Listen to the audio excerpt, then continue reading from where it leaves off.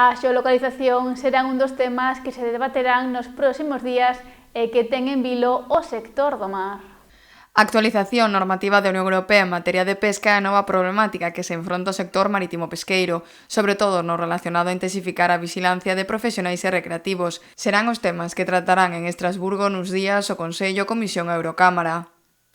Distorsionar un pouquiño as cousas, intentan baixar uns poucos de metros, falan de 9 metros da geolocalización, pero, bueno, estamos falando de hasta o 2030, eles falan hasta o 2030. Iso é deixar unha herencia envenenada a nosa futura generación. Iso, estamos á porta casi do 2030, e iso non se lle pode consentir, porque están intentando zafarse ahora mismo, zafarmos que estamos agora, pero a nova generación que ven atrás, deixámoslle unha herencia envenenada, a ruína deles. Un dos temas máis polémicos sería a xeolocalización para embarcacións que dean mareas dun día, pero traballando con artes pasivas. O problema é que nas Rías Baixas hai tanto pasivas como activas.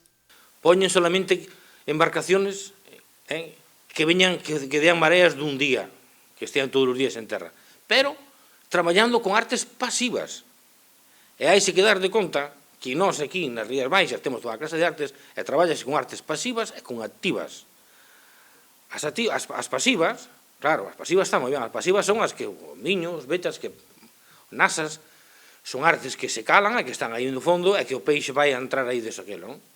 Pero, bueno, temos as outras, por exemplo, o marisqueo a flote, temos o xeito, temos artes que sí que estás cambiando de zonas, estás cambiando a pesca máis artesanal, que é unha liña de cordel, que estás aquí e de repente vas para outro lado porque aquí non hai peixe, vas para outro, esas zonas que se movan, iso xa non estarían incluídos.